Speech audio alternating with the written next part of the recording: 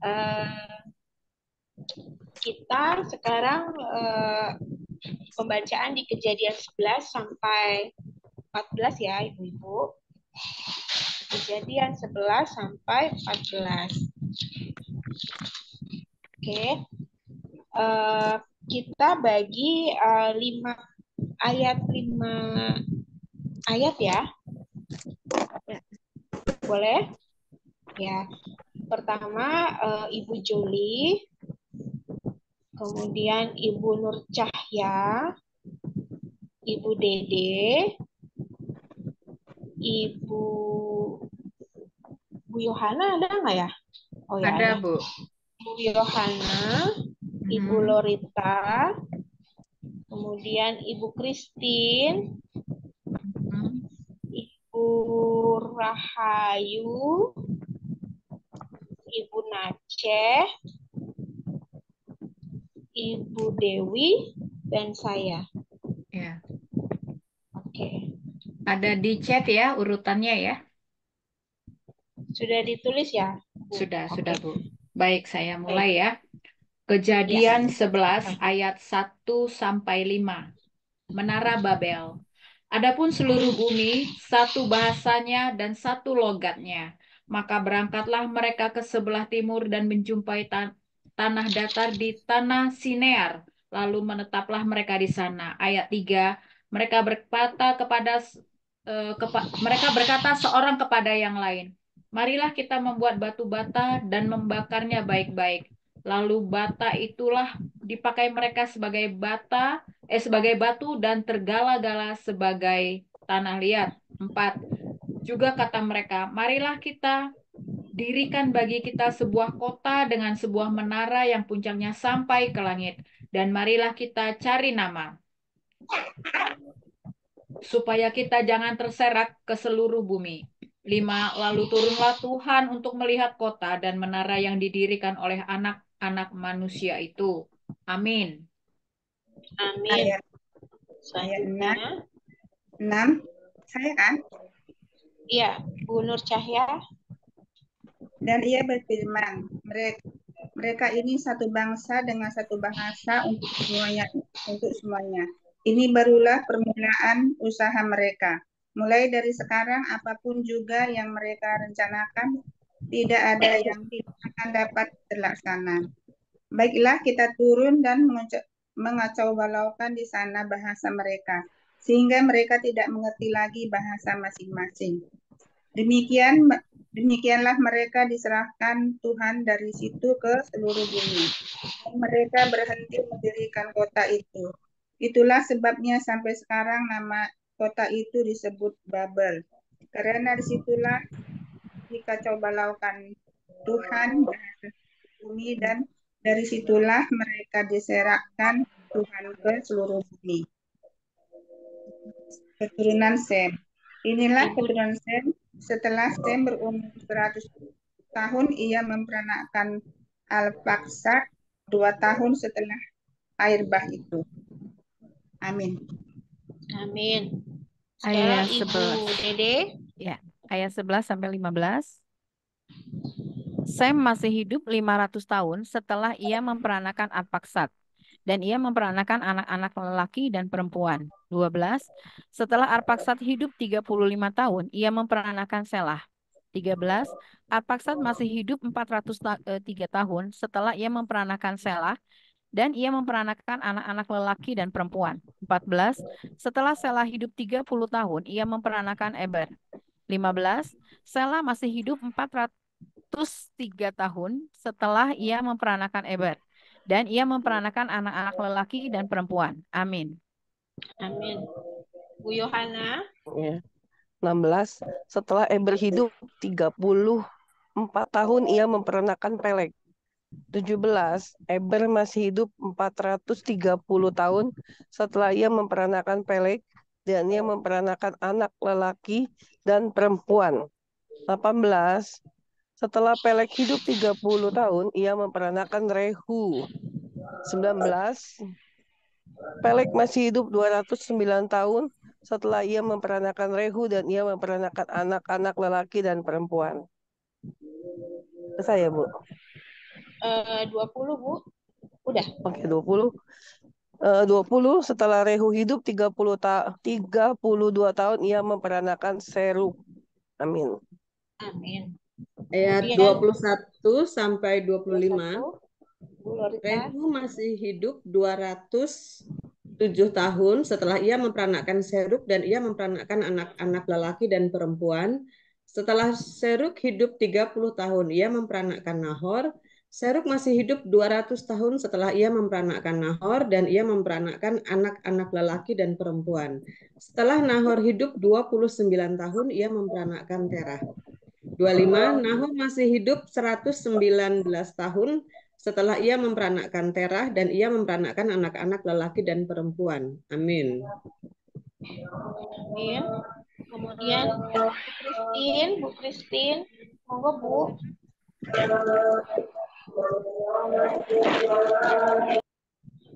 Ayat 26, setelah Terah hidup 70 tahun, ia memperanakan Abraham, Nahor, dan Haran. Inilah keturunan Terah. Terah memperanakan Abram, Nahor, dan Haran memperanakan Lot. Ketika Terah ayahnya masih hidup, matilah Haran di negeri kelahirannya di Ur Kasdim. Abraham dan Nahor kedua-duanya kawin. Nama istri Abraham ialah Sarai, dan nama istri Nahor ialah Milka. Anak Haran, ayah Milka, dan Yiska. Sarai itu mandul, tidak mempunyai anak.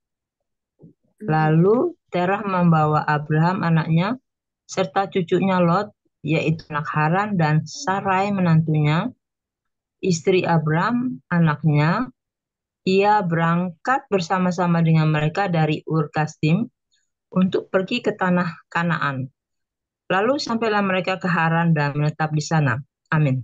Amin. Kemudian Ibu Rahayu, 32 Bu. Ibu masih di jalan, maaf. Oh, oke, kita lewat ya. Ibu Naceh, bisa Bu? Yang 32. Kejadian 11 ayat 32. 32, umur Terah ada 205 tahun. Lalu ia mati di Haran. Abram dipanggil Allah. Berfirmanlah Tuhan kepada Abram, pergilah dari negerimu dan dari sanak saudaramu dan dari rumah bapamu ini ke negeri yang akan kutunjukkan kepadamu. Aku akan membuat engkau menjadi bangsa yang besar dan memberkati engkau serta membuat namamu masyhur dan engkau akan menjadi berkat. 3, aku akan memberkati orang-orang yang memberkati engkau dan mengutuk orang-orang yang mengutuk engkau. Dan olehmu semua kaum di muka bumi akan mendapat berkat. Ayat 4, lalu pergilah Abram seperti yang difirmankan Tuhan kepadanya, dan Lot pun ikut bersama-sama dengan dia. Abram berumur 75 tahun ketika ia berangkat dari Haran. Amin. Kemudian Ibu Dewi. Ya, ayat 5. Abram membawa Sarai istrinya dan Lot anak saudaranya dan segala harta benda yang didapat mereka dan orang-orang yang diperoleh mereka di Haran. Mereka berangkat ke tanah Kanaan lalu sampai di situ. Ayat 6. Abraham berjalan melalui negeri itu sampai ke suatu tempat dekat Sikem, yakni pohon terbanting di More. Waktu itu orang Kanaan diam di negeri itu. Ayat 7. Ketika itu Tuhan menampakkan diri kepada Abram dan berfirman, aku akan memberikan negeri ini kepada keturunanmu. Maka didirikannya lah di situ mezbah bagi Tuhan yang telah menampakkan diri kepadanya. Kemudian ia pindah dari situ ke pegunungan di sebelah timur Betel. Ia memasang kemahnya dengan Betel di sebelah barat dan Ai di sebelah timur. Lalu ia mendirikan di situ mezbah bagi Tuhan dan memanggil nama Tuhan. Sesudah itu Abram berangkat dan makin jauh ia berjalan ke tanah Negeb. Amin. Amin. Ibu Grace bisa, Bu? Shalom, Ibu Grace. Ya, Kayaknya, ya, nomor 10 ya, Bu? ya. Ya. Kejadian 11 ayat 12 ayat 10. Ya. Abram di Mesir. Ketika kelaparan timbul di negeri itu, pergilah Abram ke Mesir dan tinggal di situ sebagai orang asing. Sebab hebat kelaparan di negeri itu. Pada waktu ia akan masuk ke Mesir, berkatalah ia kepada Sarai, istrinya, memang aku tahu bahwa engkau adalah seorang perempuan yang cantik parasnya. Apabila orang Mesir melihat engkau, mereka akan berkata, itu istrinya. Jadi mereka akan membunuh aku dan membiarkan engkau hidup. Katakanlah bahwa engkau adikku, supaya aku diperlakukan mereka dengan baik karena engkau, dan aku dibiarkan hidup oleh sebab engkau. Satu lagi ya. Satu lagi.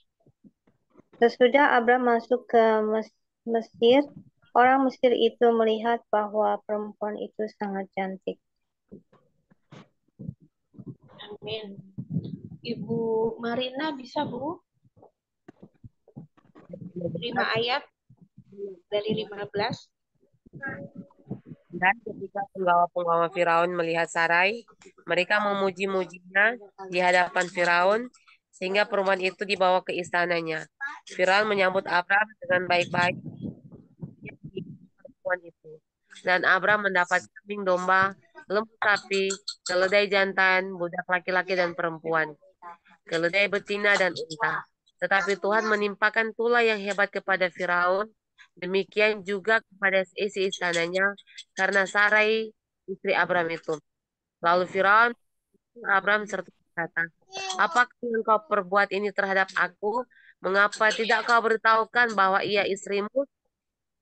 Mengapa engkau katakan, dia adikku, sehingga aku mengambilnya menjadi istriku? Sekarang inilah istrimu, ambillah dan pergilah. Amin. Amin. Saya ya. Lalu Firaun memerintahkan beberapa orang untuk mengantarkan Abraham pergi bersama-sama dengan istrinya dan segala kepunyaannya. Kejadian 13 ayat 1.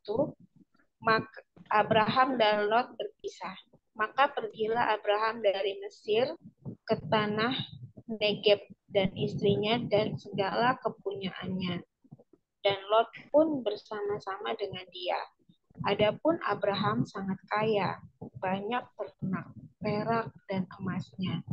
Ia berjalan dari tempat persinggahan ke tempat persinggahan, dari tanah Negeb sampai dekat Betel, di mana kemahnya mula-mula berdiri di antara Betel dan Ai.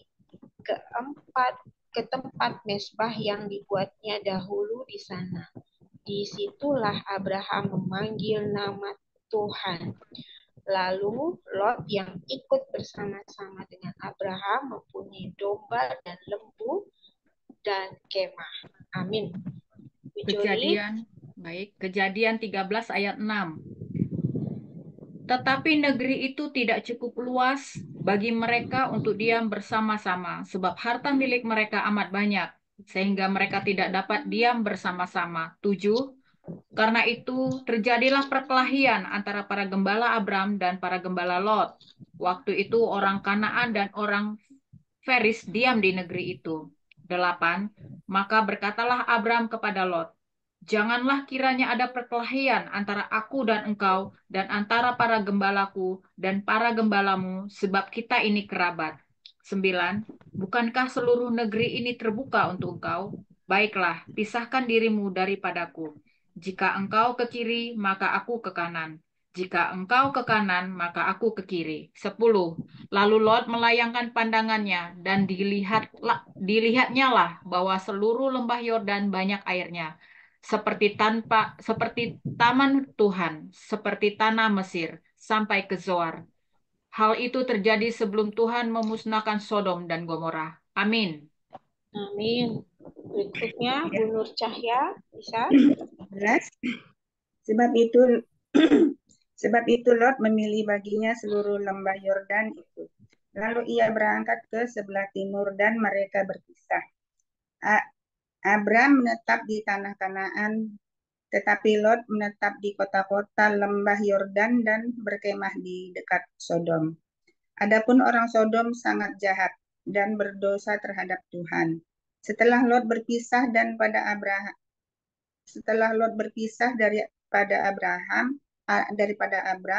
berfirmanlah Tuhan kepada Abram, pandanglah sekelilingmu dan lihatlah dari tempat engkau berdiri itu ke timur dan barat, utara dan selatan. Sebab seluruh negeri yang kau lihat itu akan kuberikan kepadamu dan kepada keturunanmu untuk selama-lamanya. Dan aku akan menjadi keturunanmu seperti debu tanah banyaknya, hingga jika seandainya ada yang dapat menghitung debu tanah, keturunanmu pun akan dapat dihitung juga. Amin. Amin. Selanjutnya Ibu Dede. Kejadian 13 ayat 17 sampai 18, bersiaplah, jalanilah negeri itu menurut panjang dan lebarnya.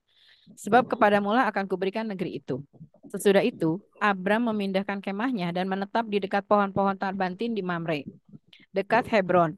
Lalu didirikannya lah mesbah di situ bagi Tuhan. Kejadian 14 ayat 1 sampai 3. Abram mengalahkan raja-raja di timur dan menolong Lot. Pada zaman Amrafel, Raja Sinear, Ariok, dan Raja Elasar, Kedorlaomer, Raja Elam, dan Tideal Raja Goyim, terjadilah bahwa raja-raja ini berperang melawan Bera, Raja Sodom, Birsya, Raja Gomora, Sinab, Raja Adma, Shemeber, Raja Zeboim, dan Raja Negeri Bela, yakni negeri Zoar. Raja-raja yang disebut terakhir ini semuanya bersekutu dan datang ke lembah Sidim, yakni Laut Asin. Amin. Amin. Selanjutnya, Ibu Yohana. Ayat 4 ya. Ya. 12 tahun lamanya mereka takluk kepada Kedor Lamoer, tetapi dalam tahun yang ke-13 mereka memberontak. 5. Dalam tahun yang ke-14 datanglah Kedorlaomer beserta raja-raja yang bersama-sama dengan dia. Lalu mereka mengalahkan orang Efraim di Asterete, Karnaim, orang Zuzim di Ham, orang Enim di Syawe, Kiriataim. 6. Dan orang Hori di pegunungan mereka yang bernama Seir, sampai ke El Paran di tepi padang gurun. 7. Sesudah itu baliklah mereka dan sampai ke En Mispat, yakni Kades, dan mengalahkan seluruh daerah orang Amalek dan juga orang Amori yang diam di Hazezon Tamar. Lalu keluarlah raja negeri Sodom, raja negeri Gomora, raja negeri Atma, raja negeri Zeboim, dan raja negeri Bela. Ini orang Zoar yang mengatur barisan perangnya dan mengatur barisan perangnya melawan mereka di lembah Sidim. 9. Melawan Kedor Laomer, Raja Elam, Raja Goyim, Raja Sinear, dan Ariok, Raja Elazar. 4 raja lawan 5. Amin. Amin. Ayat Kemudian, ya Ibu Lorita. Ayat 10 sampai 14. Di lembah Sidim itu di mana-mana ada sumur aspal. Ketika Raja Sodom dan Raja Gomora melarikan diri, jatuhlah mereka ke dalamnya. Dan orang-orang yang masih tinggal hidup melarikan diri ke pegunungan. 11.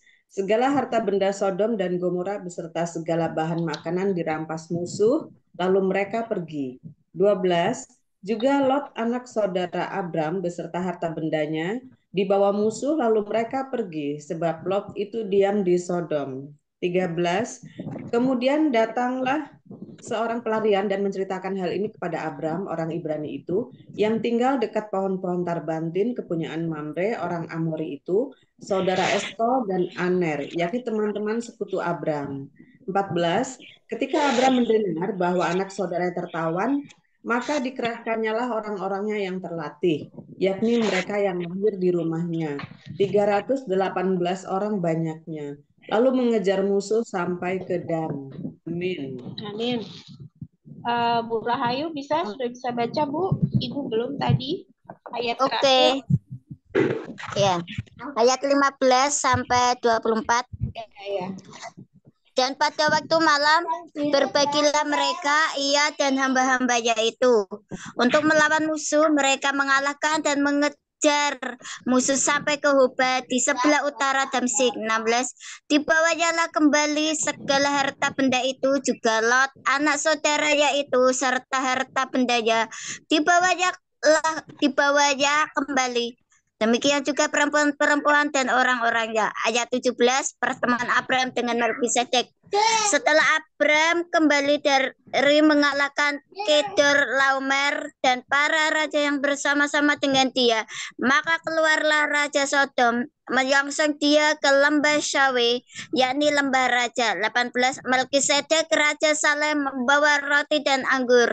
Ia seorang imam Allah yang maha tinggi. 19, lalu ia memberkati Abraham, katanya, diberkatilah kiranya Abraham oleh anak yang maha tinggi, pencipta langit dan bumi. Amin. Bu Christine, monggo Bu. Ya, ayat 20. Dan terpujilah Allah yang maha tinggi, yang telah menyerahkan musuhnya ke tanganmu. Lalu Abraham memberikan kepadanya 1/10 dari semuanya. Ayat 21. Berkatalah Raja Sodom itu kepada Abraham, berikanlah kepadaku orang-orang itu, dan ambillah untukmu harta benda itu. Ayat 22. Tapi kata Abraham kepada Raja negeri Sodom itu, aku bersumpah demi Tuhan, Allah yang maha tinggi, pencipta langit dan bumi.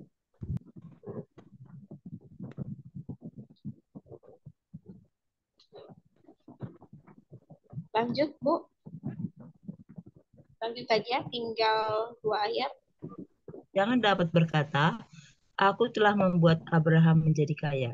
Ayat 24.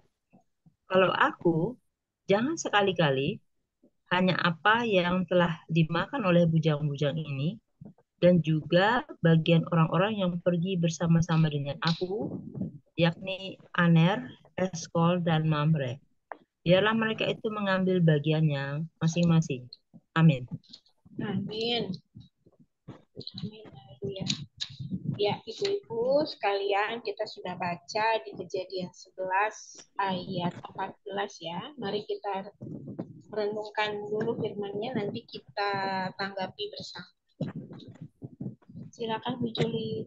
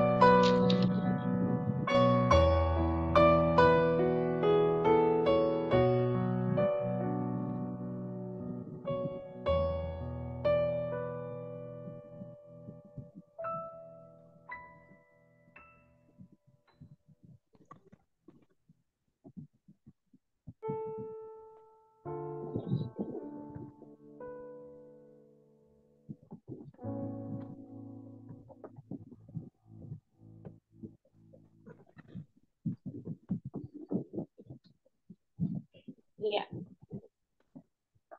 Oke. Baik, Ibu-ibu, ada yang mau menanggapi firman Tuhan yang kita baca tadi? Ada yang mendapatkan rema? Silakan.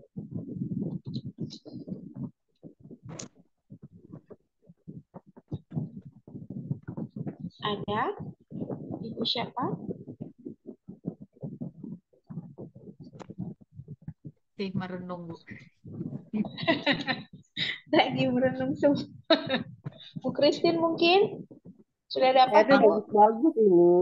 Ini mengheningkan cipta dimulai. Bagus ini Bu ayat-ayatnya ini soalnya. Iya. Iya, Kalau sejarah semua ini. biasanya kan orang nanya ya, itu Yesus kenapa sih umur 30 belum muncul, biasanya dia kemana gitu ya. Ini kan jawabannya ada di sini. Di pasal 11 ya. Kejadian Arpaksad, 11. iya, Arpaksad 35 tahun. Selah 30 tahun. Eber 34 tahun. Pelek 30 tahun. Rehu 32. Seruk 30. Nahor 29. Jadi rata-rata di antara usia 30 baru mereka memperanakkan pohon keluarganya, jadi dia bisa boleh melanjutkan keturunan ya. Kalau saya lihat di sini sepertinya sih ada peraturan, tapi nggak tahu deh betul apa enggak. Jadi umurnya 35 atau 30 atau 29, terus dia bisa memperanakan anak. Terus anaknya dia masih berumur sampai ratus-ratus, ada anak laki dan perempuan. Terus anak sulungnya pertamanya kan si Pelek, dia 30 tahun baru dia bisa memperanakan lagi anaknya.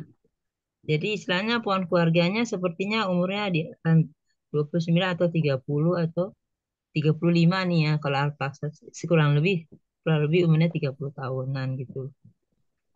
Jadi seperti peraturan di sini sih nulisnya seperti itu. Jadi di urai-uraiannya kalau saya merenung seperti buku yang saya baca tentang suster pertama Florence Nightingale. Kalau dia di kebudayaan Inggris itu gadis umur 21 tahun harus mengambil keputusan untuk melanjutkan keturunan. Sedangkan Florence Nightingale nggak mau, dia masuk ke susteran, dia jadi perawat gitu. Jadi umur 21 dia bilang, saya nggak mau itu saya maunya ikut jadi susteran. Jadi dia masuk ke susteran, dia jadi perawat, merawat orang sakit. Terus dia terkenal merawat tentara-tentara yang luka-luka. Dan yang paling hebat, dia tentara musuh, seragam musuh yang masih ada nyawa, dia obatin juga. Jadi dia suster yang mengobati semua orang yang sakit, walaupun itu pakai seragam musuh ya. Tapi begitu dia ditemukan di antara kumpulan orang yang tertembak, dia obatin. Karena memang dia putusannya usianya kayak gitu ya. Kalau peraturan di buku yang saya baca sih, umur 21 harus mengambil keputusan mau lanjut atau harus ambil keputusan untuk menikah gitu, untuk meneruskan keturunan. Itu di wilayah kerajaan Inggris ya, waktu itu di antara kaum bangsawan sih. Yang saya baca di buku sih. Tapi kalau ini ya di Alkitab ini nggak dibilang, cuman tulisan angkanya sih sekitar 35, 30, 34, ada juga yang 29. Tapi kalau Terah, bapaknya Abraham itu 70 tahun baru dia melanjutkan keturunan. Kalau ini yang saya lihat sih, tapi nggak tahu deh, mungkin betul, mungkin tidak. Karena masih tanya kok Yesus umur 30 baru dia nongol gitu ya, baru dia ada. Selama umur yang nggak 30 dia kemana gitu. Kan suka orang nanya-nanya, bikin pertanyaan yang bikin-bikin sendiri sih sebenarnya. Tapi kayaknya sih jawabannya ada di sini. Kalau yang saya dapat ya, ya semoga aja ini tidak melenceng dari kebenaran. Ya, amin. Amin. Terima kasih Bu Christine. Mungkin ada yang mau menanggapi atau mungkin ada ketemu rema lagi di ayat yang lain. Mari silakan. Oke, saya ya Bu Eka Setia. Ya. Iya Bu Ayo. Rahayu, monggo. Oke, terima kasih semua. Shalom Bapak Ibu-ibu semua. Yang saya dapat Shalom. di Oke, makasih. Yang saya dapat di Kejadian pasal 13 ayat 11 sampai terakhir ya, tentang iman dan tentang penglihatan secara jasmani dan rohani. Ini ada dua orang, yaitu Lot dan Abram. Di Ya. mana Lot melihat secara jasmani, tetapi Abram melihat secara iman. Begitu pula dengan hidup kita. Saat kita ditetapkan di tanah yang kering, tidak ada apa-apa ya, gimana respon kita? Tetapi Tuhan mempunyai perjanjian antara Abram. Tuhan mengucapkan, aku akan memberikan tanah ini kepadamu. Di ayat 11, saya baca di pasal 13 ya. Lot melihat secara jasmani karena di tanah Yordan itu banyak air, banyak dikira tanah subur, ternyata akan dimusnahkan oleh Tuhan. Tetapi tanah yang ditetapkan oleh Abram itu malah diberkati Tuhan. Ini. Sebab itu Lot memilih baginya seluruh lembah Yordan itu. Lalu ia berangkat ke sebelah timur dan mereka berpisah. Ini pandangan Lot. Begitu pula dengan pandangan kita. Saat kita diberi sesuatu kepada Tuhan, respon kita gimana? Kita mau taat atau kita membantah, menggerutu? Dan Abram memilih taat kepada Tuhan, memilih tanah.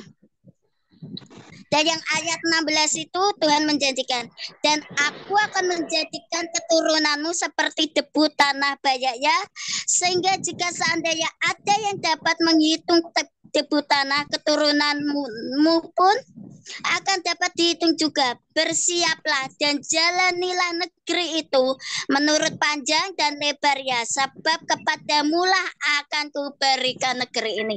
Jadi di mana kita dibuang Tuhan, kita berdoa mengusahakan negeri yang kita tempati, dan kita berdoa dengan cara berdoa dan mengusahakannya kesejahteraan dengan cara ya membantu janda-janda, gelandangan, membersihkan kota lah, intinya gitu, supaya kota benar-benar diberkati Tuhan. Jadi cara pandang kita harus dengan iman. Walaupun kita belum mengalaminya, tetapi Tuhan di alam roh sudah menyediakan. Gimana respon dan iman kita kepada Tuhan? Atau bimbang, atau surrender, percaya 100% atau setengah-setengah. Tuhan kan orang Tuhan yang cemburu, tidak mau diduakan dua hamba. Jadi Tuhan memilih Abraham yang mendapatkan keturunan luar biasa. Abraham taat, setia kepada Tuhan, sehingga diberkatilah Abraham. Tanahnya diberkati. Begitu pula dengan hidup kita, di mana kita dibuang, kita pasti menjadi berkat dan tanah kita menjadi subur. Begitu pula di pekerjaan, di ladang mana kita bekerja, kita juga menjadi berkat. Dan itu Abraham juga membantu Lot untuk menyelamatkan. Tuhan, Abraham dengan Tuhan saling tawar menawar tentang Sodom Gomora, dan akhirnya Lot diselamatkan. Itu iman Abraham yang luar biasa. Punyalah iman seperti Abraham. Yang saya dapat itu, Bu, taat dan setia. Amin. Makasih Bu Ika. Amin. Ya, makasih Bu Rahayu. Ya, memang betul ya. Abraham memilih taat kepada Tuhan, dan akhirnya berkat-berkat itu dilimpahkan Tuhan sama Abraham gitu. Jadi saya ingat, saya pribadi nih cerita sedikit. Jadi saya juga nggak tahu dulunya akan tinggal di Klaten, kota kecil gitu ya. Saya nggak tahu, nggak punya bayangan apa yang harus saya kerjakan pada saat saya merantau pada saat itu. Tapi saya manut sama Tuhan, saya mau ikut Tuhan, dan puji Tuhan, Tuhan tuntun sampai dengan sekarang. Puji Tuhan saya bisa hidup dengan suami, dengan dicukupkan Tuhan lewat usaha kami dan pekerjaan. Jadi Tuhan itu kalau udah nuntun kita itu pasti dia bertanggung jawab gitu. Ini sih yang saya rasakan. Kayaknya nyambung ya sama Bu Rahayu gitu. Makasih ya Bu. Makasih Bu Rahayu. Baik, ada lagi Bu Ibu? Ya, saya Bu Tia. Oh, Bu Yuli Bu dulu. Joli. Oh, Bu Oh Yuli. ya. Dulu lah, Kak. Ah? Oh ya, saya dulu ya. Saya dulu. Oke, siap. Ya, saya di Kejadian 12 ayat 1. Ya, saya baca, berfirmanlah Tuhan kepada Abram, pergilah dari negerimu dan dari sanak saudaramu dan dari rumah bapamu ini ke negeri yang akan kutunjukkan kepadamu. Di sini kita melihat bahwa Allah memerintah Abram ya untuk meninggalkan tanah kelahirannya. Jadi meninggalkan keluarga besarnya yang menyayangi dia juga punya harta benda, teman-teman gitu ya, menuju ke satu tempat yang dia sendiri mungkin belum tahu kemana.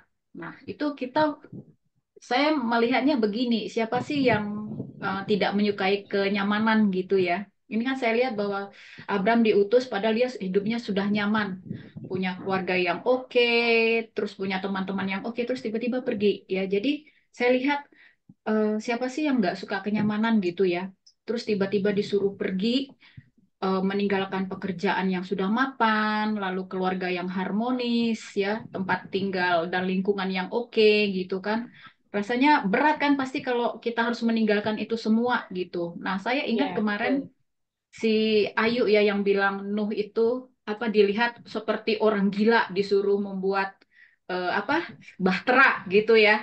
Nah, tapi memang memang seperti itu kan ya. Seringkali menjalani hidup menjadi orang benar dan orang percaya itu kan menuntut kita memang melakukan hal-hal yang konyol. Jadi mempercayai sesuatu yang tidak terlihat seperti itu. Dan orang-orang bilang pasti, ih, lu kok mau aja gitu ya. Jadi melakukan sesuatu yang tidak terlihat seperti itu. Seperti halnya juga Nuh kemarin ya kan disuruh buat bahtera. Mungkin orang-orang bilang ngapain buat bahtera gitu kan? Oh, mungkin dikira dikira gila kali gitu ya. Tapi apa yang terjadi? Nah, seperti itu ya. Nah, ini sama juga dengan Abram gitu kan. Pergi ke satu tempat yang dia belum tahu itu entah di mana dan apa yang akan terjadi. Tetapi apa? Yaitu tadi seperti Rahayu bilang, taat. Nah, ketika dia taat, ternyata apa? Tuhan ternyata memberkati dia luar biasa. Nah, belajar dari Abram, kita tarik ke diri kita sendiri gitu kan. Apakah dengan keamanan dan kenyamanan yang kita miliki, kita mampu nggak sih sebenarnya juga ketika suatu hari Tuhan meminta kita untuk melakukan pelayanan, pergi ke satu tempat dengan fasilitas yang sangat terbatas. Nah, seperti itu ya. Karena saat ini kita belum bisa menjawab karena kita memang saat ini hidupnya kita semua serba dicukupi, bukan maksudnya kaya raya ya, tapi ketika kita mau mandi ada air, ketika kita mau ke toilet ada toiletnya. Nah, lalu disuruh pergi ke satu tempat yang memang semuanya serba terbatas.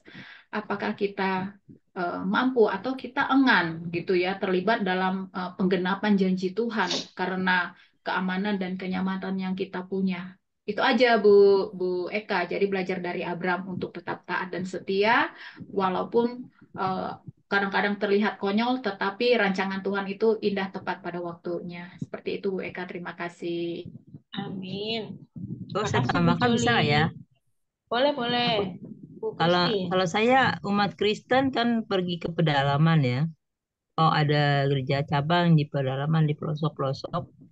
Kalau itu tanah-tanah merah yang kita lewati itu akhirnya jadi aspal semuanya. Jadi kita kalau Tuhan suruh pasti Tuhan sediakan jalanan yang tanah merah atau yang susah di jalan. Akhirnya Tuhan jadikan beraspal untuk mempermudah semua lewat. Jadi kemana aja orang Kristen pergi, semuanya disediakan Tuhan. Jadi nggak mungkin nggak ada yang kalau Tuhan suruh pasti Dia sediakan. Itu sih pasalnya semua Amin. orang yang tahu suara Tuhan pasti seperti itu sih. Jadi Ibu tadi ya Bu Eka, Bu Ayu, Bu Joli itu semuanya seperti itu. Yang kalau kita ke pedalaman juga buka gereja cabang, yang tadinya jalannya jelek-jelek akhirnya jadi beraspal. Jadi harusnya ucap syukur sama orang Kristen ya karena semua itu jalan Trans Sumatera akhirnya juga jadi jalan tol kan, jalan yang licin, yang tadinya jalannya berlubang-berlubang tapi sekarang udah jadi licin. Ya itu juga berkat doa dan ada yang hati yang digerakkan oleh Tuhan ya, puji Tuhan lah. Ya amin lah. Amin. Jadi Makasih kita nggak usah Christine. khawatir Iya, iya. Maka kita jadi nggak usah khawatir ya Bu, Tuhan pasti sediakan. Gitu. Memang sih awal-awalnya, aduh bisa nggak ya gitu kan. Seperti saya gitu, awalnya diminta melayani di lapas-lapas yang belum pernah gitu tadinya. Tapi puji Tuhan, Tuhan lancarkan sampai dengan sejauh ini kita sudah 3 tahun lah, mau masuk 3 tahun itu sudah melayani dan puji Tuhan, Tuhan cukupkan gitu. Gitu. Amin, terima kasih. Siapa lagi mungkin? Shalom malam Bu Eka. Aku nyambung ya. Malam, Bu Yohana ya. Monggo, Kejadian silakan. 12 ya memang ayat 1 sampai ayat ke-3. Iya. Tuhan berjanji ya, aku akan membuat engkau menjadi bangsa yang besar, memberkati engkau serta membuat namamu masyhur, dan engkau menjadi berkat. Aku akan memberkati orang yang memberkati engkau dan mengutuk orang-orang yang mengutuk engkau. Ini janji loh ya. Sekarang kita baca coba di yang ke ayat yang di 11 ya. Abraham masuk kota ini cuma dia takut kan dari 14 sampai ke bawahnya ya. Dikatakan itu kan, tapi yang 17 yang kita lihat tuh. Di 16 itu Firaun menyambut Abraham dengan baik-baik karena menginginkan perempuan itu. Dan Abraham mendapat kambing, domba, lembu, sapi, kekayaan berlimpah ya dari Firaun. Tapi lihat, tetapi Tuhan menimpakan pulanya lebat kepada Firaun. Kalau kita bicara kan mau berbohong siapa? Abraham dengan ya. Ini kan Abraham yang suruh Sarai jangan bilang aku suamimu. Yang aja Dia nggak saudara. bohong deh. Bu Yohana dia nggak bohong. Dia masih benar masih adiknya. Artinya seperti kalau orang Batak bilang pariban-paribannya gitu. Tetap, tapi kan itu kan pengertian pariban zaman sekarang Bu. Dalam pengertian kita adalah dia menutupi itu dengan tidak menyatakan bahwa itu seorang istrinya. Karena dia takut mati ya. Nah, sama juga kan. Jadi, tapi kan kita lihat yang Tuhan timpakan Tuhan bukannya Abraham loh. Tapi malah jadi mau kasih tahu bahwa keselamatan Tuhan itu, janji Tuhan itu diberikan kepada orang yang dia kenal. Sekalipun kita melakukan kesalahan kemanapun, Allah itu punya hak gitu loh, untuk tetap memberikan berkat, baik orang itu mau dinilai jelek atau jahat sekalipun. Jadi ibaratnya di sini dalam hidup kita sekarang ini, sekalipun kita melihat orang ini kenapa melakukan ini ya, tapi di mata Tuhan belum tentu seperti itu kan. Karena kan kita cepat menghakimi ya. Tetapi kan kita nggak tahu kalau Tuhan memberikan satu rancangan yang indah buat orang ini. Ini pengertiannya sangat dalam di ayat ini. Jadi akhirnya malah dia dapat kekayaan, bebas dari masalah. Malah Tuhan yang ngutukin Firaun dan dia disuruh keluar dari tangan itu kan. Tidak dengan tangan hampa loh. Tidak dengan tangan hampa. Tapi lihat perjanjian yang awal. Aku akan memberkati orang yang memberkati engkau. Harusnya kan Firaun memberkati Abraham nggak? Saya diberkati dong. Gitu. Berkati. Tapi malah Tuhan menegur Firaun. Jadi ini dalam artinya zaman sekarang kita ini kalau melihat misalnya ada orang yang hidupnya kelihatannya di depan mata kita, kok ini ya, orang ini kok melakukan kesalahan di luar firman Tuhan, tapi diberkati ya hidupnya. Kalau kasih lihat di sini kan bukan hak kita untuk penghakiman orang, itu penilaian penghakiman itu di tangan Tuhan. Hanya menentukan gitu loh. Kembali lagi ketika janji keselamatan Tuhan berikan, dia akan menyelesaikan semuanya di hidup kita. Tapi Fir'aunnya hebat juga ya, dapat penglihatan dari Tuhan bahwa itu Abraham yang menjadi sumber. Jadi bisa segera bertindak betul. Tindakannya tepat gunanya. Tuhan ngasih tunjuk. Harusnya kan yang dihukum Abraham itu guru sama Tuhan kan. Abraham, kenapa kau lakukan itu? Benar nggak? Iya. Hanya raja dan rakyatnya yang diisi istana. Atasnya Bu. Dilihat atasnya karena janji Tuhan kepada Abraham itu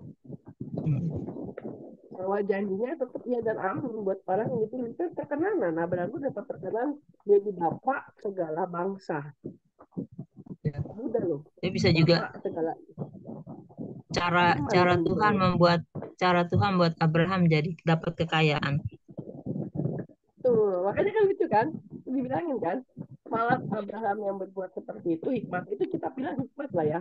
Kita jangan bilang bohong lah. Kita bilang itu hikmat Tuhan misalnya. Dia berhikmat. Kita kan nggak pernah tahu ya. Hikmat setiap orang beda-beda ya Tuhan berikan kan. Walaupun seringkali ya, saya ngerasa sebagai seorang istri ya. Seringkali suami saya punya satu hikmat yang kita kalian bingung. Kok hikmat lu kayak gini sih? Tapi hikmat itu dari Tuhan. Untuk dia menghadapi satu masalah dengan satu konsumen misalnya. Ya mungkin cara menghadapi orang ini beda-beda. Tapi kembali ke janji Tuhan kepada kita gitu loh. Kalau Tuhan bilang aku akan memberkati engkau, keturunanmu akan kuberkati, itu udah janji iman yang pasti dari Tuhan. Tuhan berarti nggak pernah melenceng dari omongannya. Itu benar. Abraham berkati, Itu caranya. malah diluputkan lewat caranya Tuhan. Bukan lewat cara kita, cara kalau manusia kan kenapa Susi Firaun yang ditegur. Kalau saya pekerjaannya kan Abraham yang berbuat, Abraham yang ditegur. Kalau cara ini ya itu. Saya mau sampaikan, saya tadi baca itu, saya baca, saya bilang, wah, saya jadi merasa gini ya. Saya itu waktu mau keluar dari keluarga, terutama suami, karena suami saya Buddhis tadinya kan, terus dia masuk Katolik. Saya dulu keluar buat kami berdua. Pergilah, maksudnya kami suruh pergi keluar dari mereka, kami ke Bogor akhirnya. Tapi setelah sampai di Bogor, kami berdua lagi. Kami hanya bisa dapat satu berkas rumah. Tadi kami baru pergi ke rumah itu dan kami doakan dengan tim pelayanan. Rumah kami itu memang tidak mewah. Ada di daerah Serpong. Waktu kami beli zaman COVID sesuai dengan kebutuhan dan kantong kami. Tapi yang luar biasanya ketika kita taat kita di situ, kita bilang semua kita sama Tuhan, kami dapat satu ruko lagi di situ dari hasil kami yang selama ini.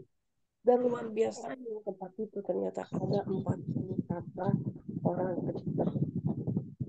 Kita baru tahu gitu loh. Dan salah satunya Pak Gulpen yang pengen saya. Saya pasal ibu. Dan saya kaget tetangga saya sebelah seorang bapak juga dari Medan juga. Suami istri yang baru menikah dan wah biasa saya bilang Tuhan belum tinggal aja. Atmosfer surgawinya udah nyata di tempat saya. Kasarnya sampai dia bilang nanti kami mau bikin balai kota, balai desa di sini Bu. Kita minta dari Ibu bisa bantu? Bisa. Saya kenal sama ownernya kan. Kita bikin tempat untuk kita hukum ini. Belum tinggal di sana, tapi pelayanan sudah depan mata kan. Saya sudah bersyukur banget gitu loh. Nah, ketaatan kembali. Ketika Tuhan bilang, aku udah kasih kamu. Gitu. Memang kadang-kadang cara Tuhan itu memberkati kita masing-masing. Kelihatannya perbuatannya Abraham itu sesuatu yang tidak berkenan, tapi disitulah yang diberkati dari si Firaun. Tuh. Saya cuma mau sampaikan bahwa kadang-kala yaitu hidup kita ya. Kita melihat sesuatu di orang lain, kok bisa ya dia begini tapi dapat begini gitu kan. Sama seperti ini ya, kok bisa ya. Salahnya di Abraham, tapi dia diberkati. Iya, itu. Karena Tuhan punya hak penuh untuk hidup kita dan berdaulat untuk hidup kita dan yang pasti namanya akan digenapi. Itu aja. Amin. Amin. Ya, makasih Bu Yohana peneguhannya. Oke, baik. Ada lagi yang lain? Ibu-ibu? Bu Dede mungkin mau menanggapi atau ada firman Tuhan yang menjadi rema? Saya mau coba dari Kejadian 11, Bu. Kejadian 11 ayat? Di Kejadian 11 itu di ayat 1 sih, sebenarnya ayat 1 sampai dengan ayat yang ke-7. Tapi saya mau penekanannya di ayat yang ke-4 ya. Iya. Juga kata mereka, marilah kita dirikan bagi kita sebuah kota dengan sebuah menara yang puncaknya sampai ke langit. Kalau stop sampai di situ, sepertinya tidak ada yang salah. Ya, sepertinya tidak ada yang salah. Tapi kita lihat di sini, dan marilah kita cari nama supaya kita jangan terserak ke seluruh bumi. Nah, itu sudah mulai salah di situ kan. Jadi ini kembali ke keinginan. Kan di sini marilah kita, berarti ada satu keinginan. Ketika kita memiliki satu keinginan yang salah, di sini intervensi Tuhan muncul di ayat yang kelima. Lalu turunlah Tuhan untuk melihat kota dan menara yang didirikan oleh anak-anak manusia itu. Dan ia berfirman, mereka ini satu bangsa dengan satu bahasa, untuk semuanya ini barulah permulaan usaha mereka. Ingat ya di Kejadian 1 kan, Allah berfirman, beranak cuculah, penuhilah bumi. Itu kan firman Allah ya. Berarti dengan kata lain, artinya terseraklah, penuhilah bumi. Sementara orang-orang ini punya keinginan supaya kita jangan terserak ke seluruh bumi. Jadi ngumpul gitu kan. Kalau orang Sunda sih bilang apa ya? Apa? Ada satu peribahasa Sunda, cuma saya lupa. Jadi nggak boleh kemana-mana. Hah? Makan orang makan ngumpul. Ya itu kalau bahasa Jawanya ya. Nah ternyata itu tuh nggak benar gitu kan ya. Jadi yang tadi Bu Yohana juga bagiin pergi, terus Bu Joli juga bagiin pergi. Jadi Tuhan tuh nggak suka dengan pola pikir yang bertolak belakang dengan prinsip firman gitu kan. Jadi kalau misalnya ini refleksi buat saya, jangan sampai kita memiliki pola pikir yang bertentangan atau berseberangan dengan firman. Udah jelas kita tahu firman bahwa beranak cuculah, penuhilah bumi. Nah, ini di sini dikatakan, mari kita buat supaya kita jangan sampai terserak-serak. Ini buat saya kena banget ya. Kemudian di sini dikatakan sampai akhirnya Allah harus mengacau balaukan bahasa mereka sampai akhirnya mereka tidak mengerti lagi. Berarti di sini tidak ada lagi kesepahaman. Kalau kita bisa dalam satu tim sudah muncul bahasanya mungkin sama pakai bahasa Indonesia, tapi nggak ada nggak ada kata sepaham gitu. Nanti yang ada malahan gontok-gontokan, ribut dan sebagainya. Nah itu di situ dikatakan Tuhan mengacau balaukan pengertian mereka sehingga akhirnya mereka nggak jadi tuh bikin menara Babelnya. Karena Tuhan bilang hati mereka sudah dipenuhi dengan keinginan-keinginan yang sama seperti halnya si Lucifer ya. Aku ingin, aku ingin, aku ingin. Nah, keinginan. Jadi di sini yang saya dapat hati-hati dengan pemikiran kita, keinginan kita yang bertolak belakang dari keinginannya Allah gitu kan. Satu lagi di Kejadian 12, ini Kejadian 12 ayat 7.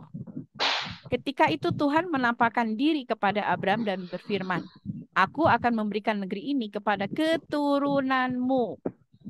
Maka didirikannya lah di situ mezbah bagi Tuhan yang telah menampakkan diri kepadanya. Itu prinsip Abram ya. Kemudian di ayat ke-8 juga. Kemudian ia pindah dari situ ke pegunungan di sebelah timur Betel. Ia memasang kemahnya dengan Betel di sebelah barat dan Ai di sebelah timur. Lalu ia mendirikan di situ mezbah bagi Tuhan dan memanggil nama Tuhan. Ada satu lagi di Kejadian 13 ayat 18. Di situ juga disebutkan sesudah itu Abram memindahkan kemahnya dan menetap di dekat pohon-pohon tarbantin di Mamre dekat Hebron, lalu didirikannya mezbah di situ bagi Tuhan. Jadi dengan kata lain kita lihat di dua pasal ini saja sudah 3 kali Abram mendirikan mezbah bagi Tuhan. Jadi artinya kesukaannya Abram itu adalah dia ingin mempersembahkan sesuatu yang harum bagi Tuhan. Karena kan kalau misalnya mendirikan mezbah, berarti pasti ada korban persembahan yang diberikan oleh Abram. Mungkin, ini kan kalau saya lihat dari silsilah si Abram ini, bukan si Abram ya, Bapak Abram ini, dia itu kan keturunannya Sem. Minimal kalau misalnya kita punya anak nih, kita kan pasti ngasih tahu nanti anak ya, kamu kalau misalnya nanti sudah punya uang dari pekerjaan kamu kasihlah persembahan sulung. Nanti jangan lupa persembahan itu kamu berikan 1/10-nya. Nah, itu kita akan omongkan ke anak kita. Nah, kayaknya ya ini saya pola pikir saya sih. Sam itu ngomong terus ke anaknya. Karena kalau misalnya kita perhatikan di sini itu semuanya itu garis keturunan yang tadi Bu Christine ya bilang itu pohon apa namanya tadi? Lupa. Pohon keluarga. Ya. Pohon keluarga. Silsilah. Ya, silsilah keluarga. Itu tuh sebenarnya saya melahirkan Arpaksad melahirkan Sela, Eber, Peleg, Rehu, Serug, Nahor, Terah, baru ke Abram. Nah, jadi istilahnya apa gini? Nuh ketika dia keluar dari apa namanya? Bahtera, kok jadi lupa. Dia memberikan korban persembahan. Nah, itu juga dilakukan oleh Abram ketika Allah menampakkan diri. Dan bahkan ketika Allah menampakkan diri, Abram memberikan persembahan, mendirikan persembahan lagi. Ketika itu juga mendirikan persembahan lagi. Jadi ketika Allah menyatakan firman-Nya, yang dilakukan oleh Abram itu melakukan persembahan. Itu bagi saya sesuatu yang amazing banget, karena harusnya itu dalam hidup saya ya secara pribadi, harusnya itu juga menjadi satu kehidupan kita. Ketika Allah menyatakan firman-Nya, baiklah kita juga memberikan persembahan. Persembahan itu, mendirikan mezbah itu adalah melakukan sesuatu yang akhirnya membuat Tuhan tuh jadi senang sama kita, jadi suka sama kita, jadi semakin sayang sama kita. Makanya di sini dikatakan di kejadian yang tadi Bu Yo bilang, aku akan membuat engkau menjadi bangsa yang besar dan memberkati engkau serta membuat namamu masyhur. Dan engkau akan menjadi berkat. Bahkan dikatakan orang yang mengutuk kamu itu sama Allah dikutuk gitu kan. Bukan sama mulut Abramnya sendiri. Jadi dengan kata lain, sikap yang seperti Abram ini yang dia langsung refleks ya, kalau dibilang refleks di Kejadian 12 tadi ayat 7 disebutkan dia mendirikan mezbah. Ayat 8 dia mendirikan mezbah. Di Kejadian 13 juga dia mendirikan mezbah. Nah, itu juga yang harus jadi refleksi kita, refleksnya kita ketika kita mendapatkan firman yang memang spesifik buat kita, mari kita melakukan hal yang sama.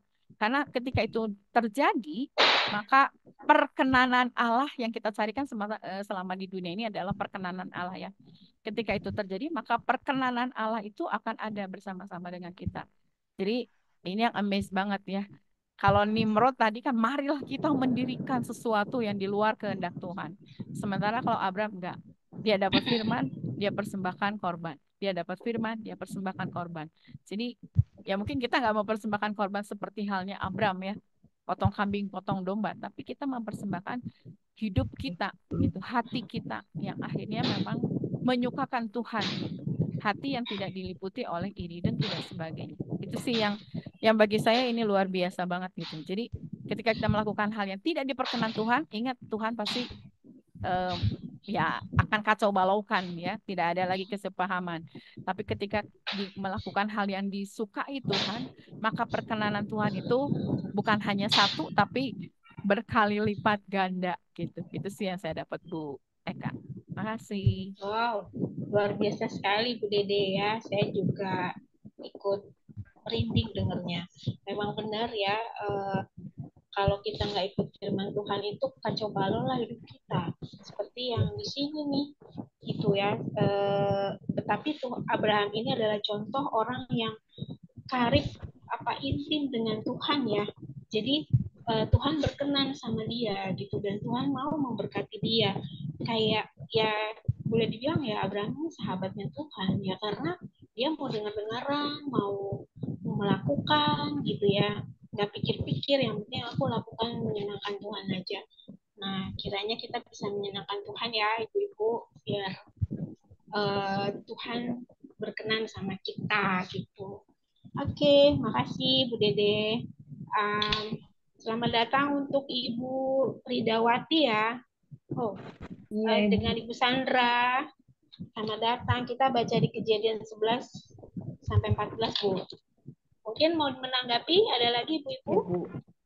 Ya, saya coba tambahkan ya. Seperti yang Ibu DP tadi bilang benar, bahwa Abram itu memang melekat dengan Tuhan, selalu mencari Tuhan. Makanya dia Abram itu diberkati Tuhan sampai keturunannya pun dijanjikan, padahal dia nggak tahu kapan dia mempunyai keturunan yang seperti pasir itu kan. Jadi saya menyambungkannya ke Kejadian 13 ayat 8 sampai ayat ke-9, bahwa di situ saya melihat Abram itu orang yang rendah hati dan juga sabar sih, dapat menguasai diri juga, karena di ayat sebelumnya di atasnya bahwa gembala-gembalanya juga kan yang menggembalakan kambingnya suka berantem. Tapi dengan rendah hati Abram melakukan negosiasi dengan Lot supaya Lot tetap diperkenankan untuk memilih terlebih dahulu tanah apa yang mau dia tempatin daripada berantem terus kan. Jadi dia dengan rendah hati, dengan sabar, menguasai juga emosi. Jadi memang rendah hati itu mendahului kehormatan.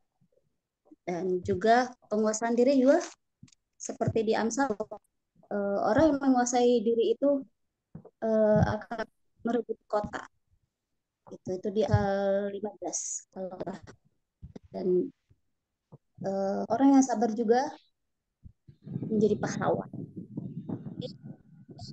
Kesabaran, kerendahan hatinya, dan juga keakrabannya dengan Tuhan itu poin yang paling melekat dalam diri Abram. Dan ini pasti buat kita juga pasti susah lah untuk dunia ya, untuk selalu di mana-mana dia pergi, kemanapun dia pergi, selalu membuat mesbah bagi Tuhan. Nah kita cuma diminta setiap hari, aduh, termasuk aku ya, belum tentu bisa saat itu, bangun aja masih kadang telat ya, masih minta jam 4 atau jam 5, masih bentar deh. Ternyata Abram nggak mikir ke situ, pokoknya dia udah tahu pertahanan Tuhan, bikin mesbah. Jadi dengan Tuhan ini yang jempol lah, pengen deh kayak gitu. Itu dari saya. Kalau yang saya lihat, Ya. Abraham setelah Tuhan menampakkan diri, berfirman, terus dia memberi persembahan. Sama seperti ibadah kita di gereja, dengan pesan Tuhan di mimbar, kita kasih persembahan.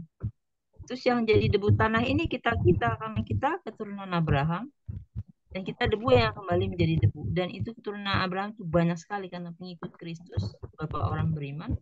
Ya, jumlahnya seperti debu tanah. Kita debu yang kembali jadi debu ini sudah nggak kehitung kalau dihitung dari zaman Abraham. Jumlah debu tanah nggak bisa dihitung. Nah, nanti kalau mati juga kumpul di sana di tempat Yesus kumpul, multitude kita uncountable people. Nah, kalau mau dihitung nggak bisa dihitung ya, judulnya tak terhitung. Kalau yang debu tanah saya lihat ini kita pengikut Abraham. Dia ini di pasal 14 dia militer yang pertama.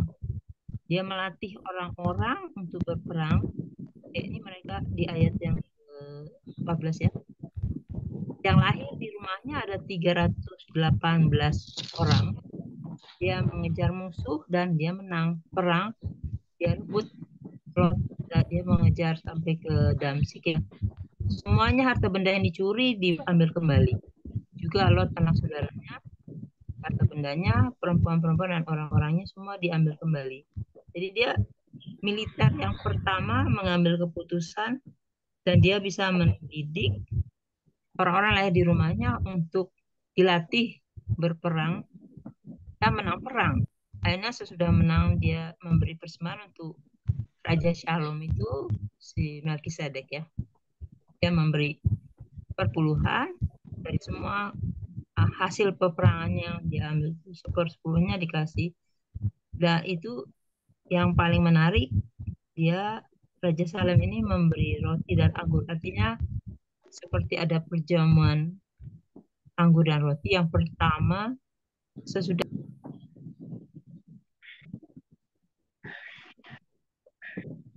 hilang.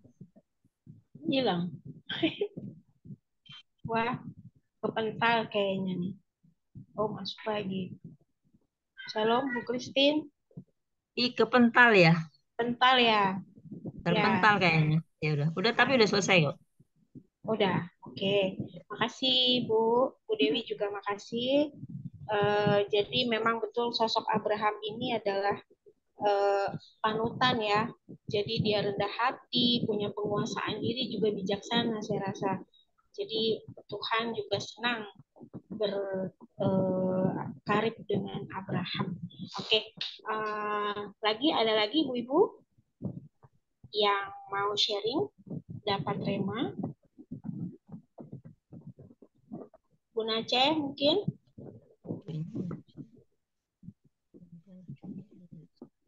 Bu Marina? Bu Sandra? Ada lagi yang dapat rema? Saya nyambung sama Bu Dewi ya, Bu. Abraham Boleh, itu boleh, Bu. di pasal Kejadian pasal 13 ayat 8 itu Abraham memang tidak pernah lupa untuk mendirikan mesbah Tuhan ya, di mana dia menetap atau itu pasti ada bangun mesbah Tuhan. Setiap orang baik itu Tuhan sendiri yang bela, seperti istrinya diakuin sebagai adik, walaupun Abraham harusnya mengakui, tapi dia karena takut dia dibunuh, jadi istrinya ya Tuhan tetap menyertai gitu, sehingga si istrinya juga dipercantik, dikasih bonus lah sama Tuhan, dan Abraham juga diselamatin sampai nggak terjadi apa yang tidak diinginkan, yang ditakutkan sama Abraham. Kalau jadi orang baik itu Tuhan sendiri yang bela ya, menurut saya ya itu ya. Abraham juga cipta kedamaian, kerendahan hati, dia berdamai supaya tidak ada perselisihan antara gembalanya sama gembala Lot, terus antara dia dan Lot juga. Jadi Abraham mengalah sama Lot, sehingga Lot disuruh memilih tanah yang mana yang yang Lot mau pilih duluan deh. Kan kalau di tutur sih kayaknya Abraham lebih besar ya tingkatannya, kakak gitu loh. Dia mengalah ke adiknya, ke Lot sepupunya ya. Lot pilih dulu. Jadi kan dia punya hati yang mau berbagi, mau dia sendiri. Abraham dapat tanah sisa yang pilihan Lot. Dan disitulah Abraham mendirikan mesbah untuk Tuhan, mengucap syukur. Sekalipun lembah Yordan yang dipilih Lot itu kelihatannya baik pada awalnya ya, sebelum kejadian Sodom dan Gomora.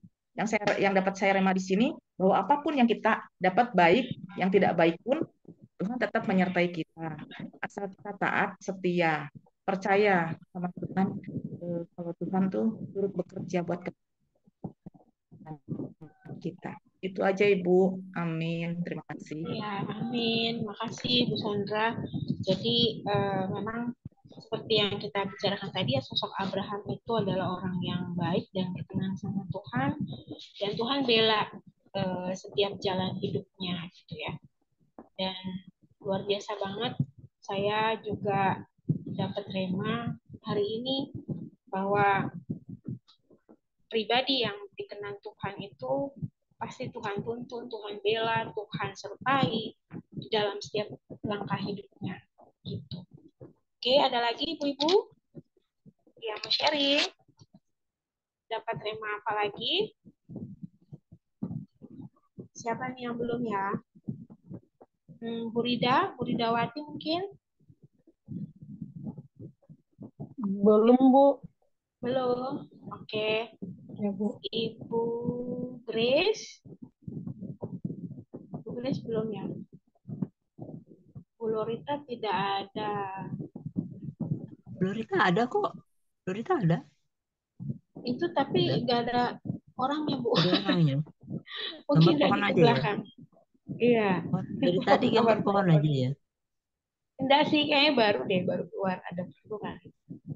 Terus Bu Juli mau menambahkan? Sudah, Bu. Sudah. Oke. Ada lagi Bu Ibu? Saya mau bersaksi dulu. Saya ingat, emang sih nggak ini ke sini ya, nggak nyambung ya. Tapi kalau Ibu bisa melihat ada yang sambungnya ya, gitu kan. Saya pernah kemasukan padi di telinga saya sebelah kiri itu dari sejak saya nggak ingat persis apakah waktu saya kelas 1 SMA apa kelas 2 itu masuk padi di telinga saya usaha untuk ngambil dengan jariku sendiri tapi malah masuk makin ke dalam. Udah saya nyerah, nggak bisa apa-apa, dan saya tidak memberitahukan kepada siapapun, baik ke orang tua, baik ke kakak, abang, ke adik, enggak. Saya diemin aja, karena kalau saya kasih tahu pasti saya kena omel. Jadi saya tahan sendiri, saya diemin aja itu. Sampai bertahun-tahun. Sampai saya bekerja, itu padi masih di dalam.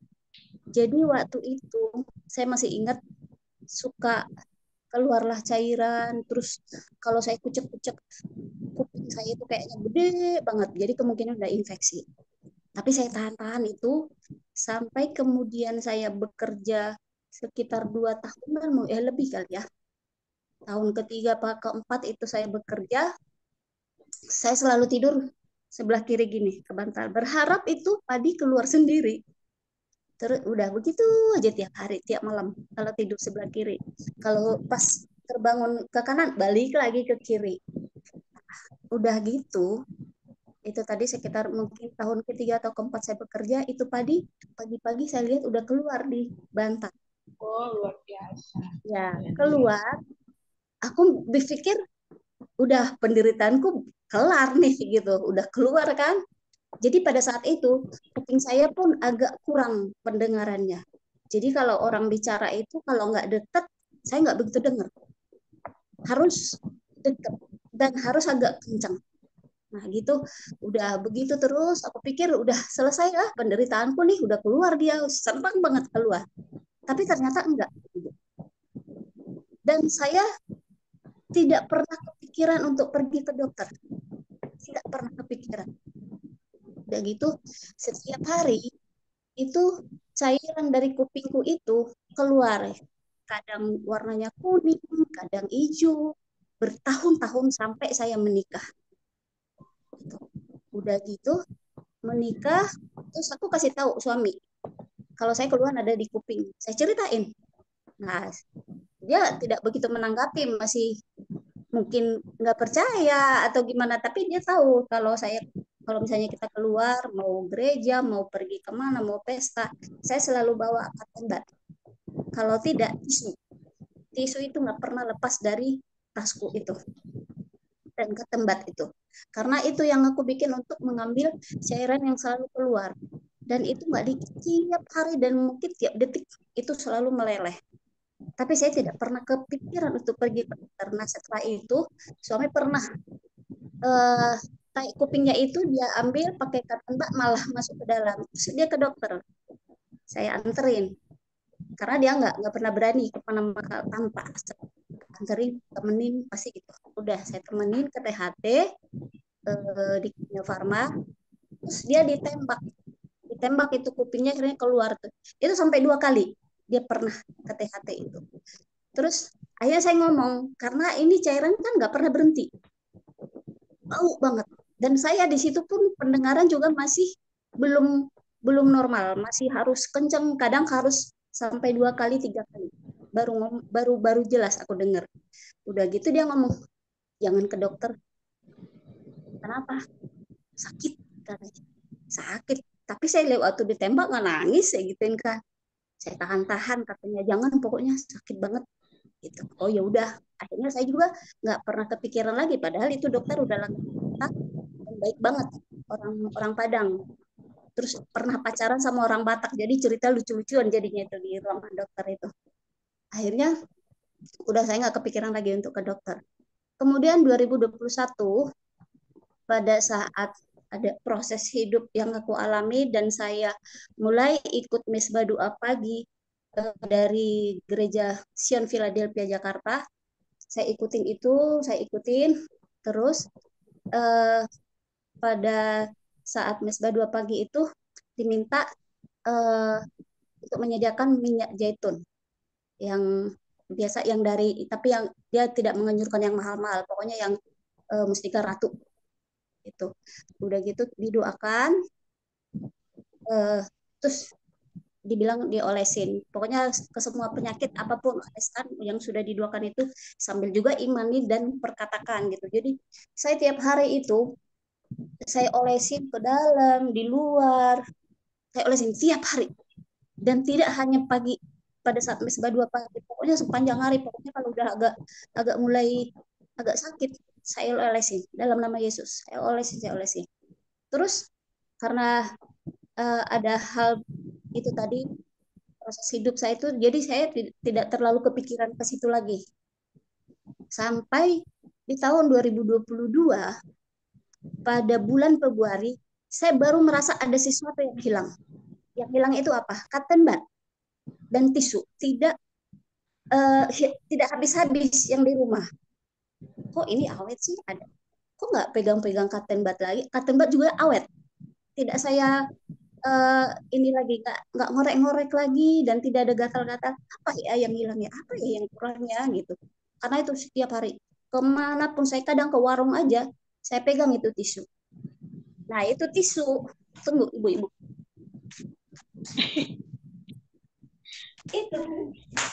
itu tisu. Tahu nggak ibu? Kan 4 segi nih. Jadi kalau saya untuk membersihkan kotoran yang di kuping saya, ini ujungnya ini saya pilin begini. Karena saya terakhir pakai cotton bud malah kesenggol kulitnya, itu perihnya minta ampun, kayak bengkak itu kepalaku. Jadi akhirnya saya pilih seperti ini, saya koreklah begini. Terus sudut berikutnya lagi begitu. Sudut berikutnya lagi begitu. Jadi tisu saya itu di tas itu, satu kotak yang agak kecil itu pasti habis sehari. Untuk ngelap itu doang. Nah, terus udah setelah Februari itu saya merasa ada yang kurang. Apa ya? Kok baru sadar bahwa tisu awet, cotton bud juga awet. Saya ingat-ingat flashback ke belakang, itu saya pergunakan itu minyak urapan itu dari bulan Juni 2021.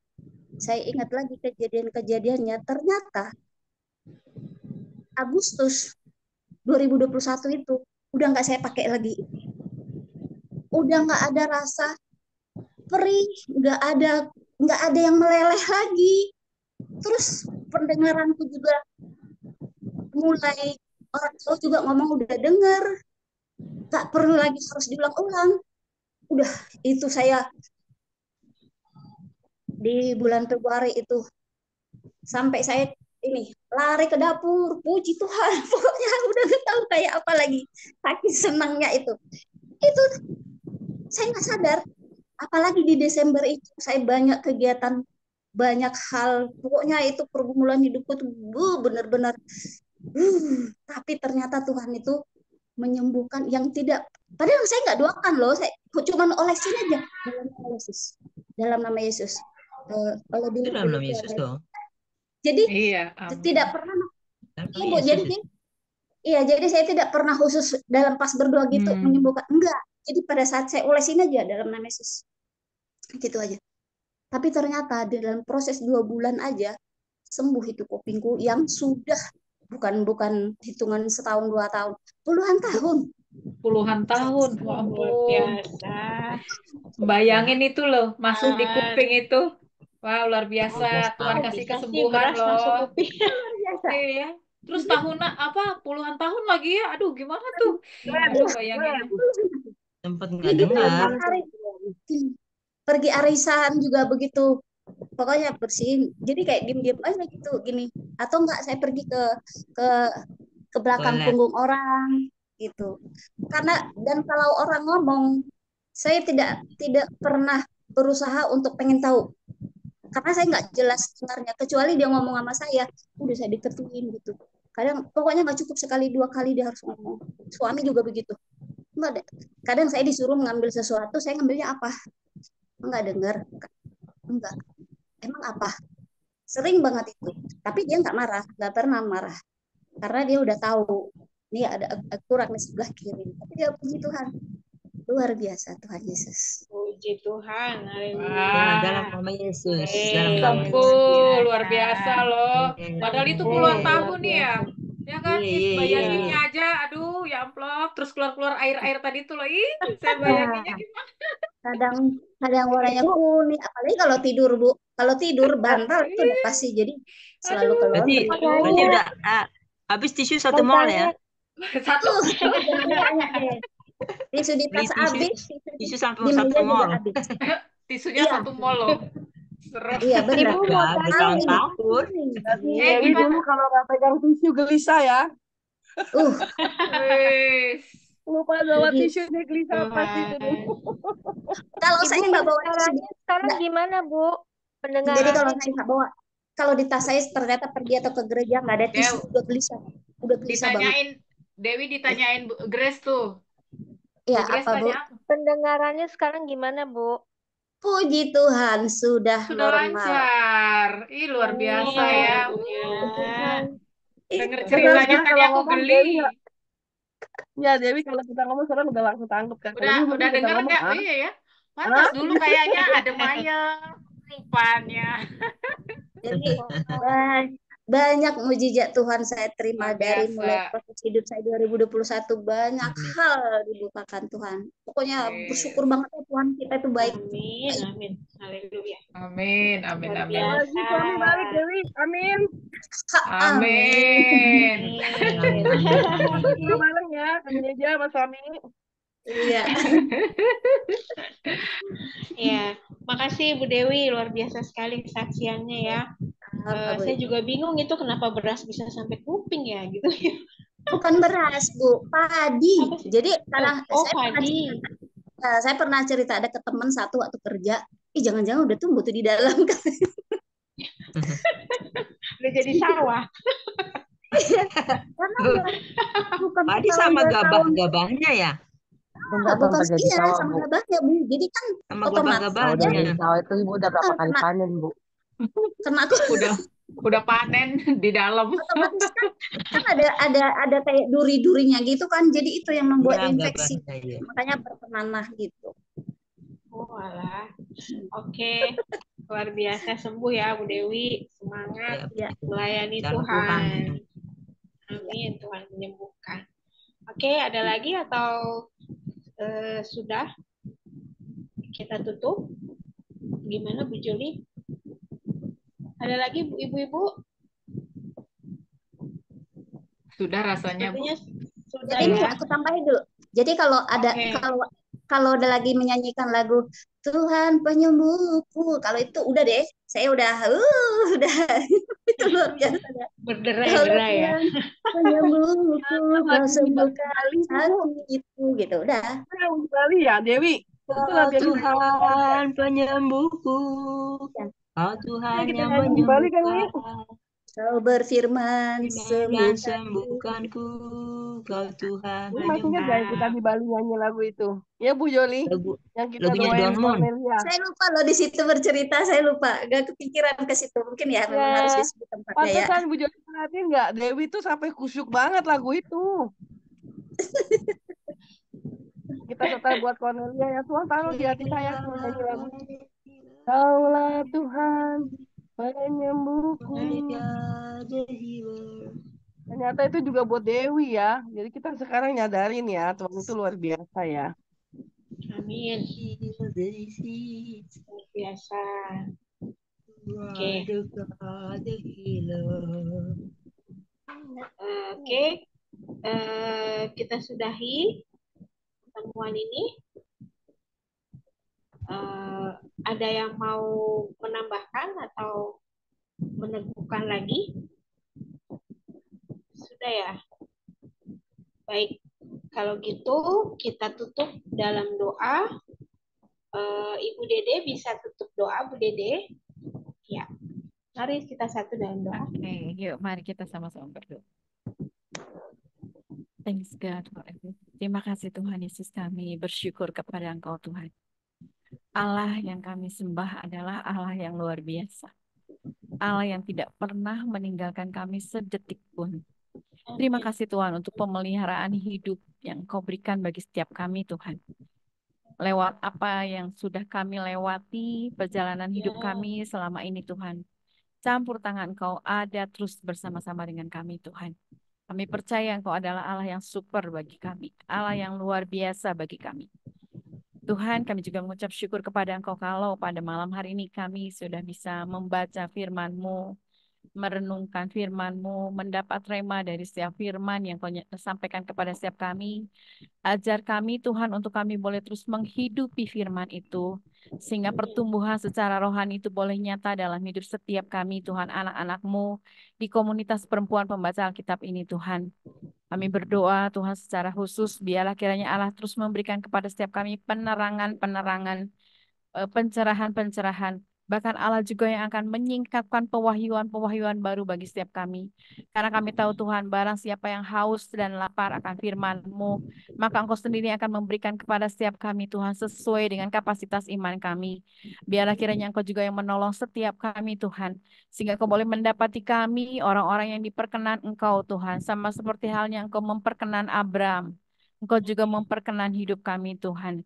Kami boleh didapati oleh Allah Tuhan, menjadi kekasih jiwa-Mu Tuhan. Sehingga pada masanya nanti Tuhan, kami boleh menjadi mempelai pengantin wanita itu Tuhan.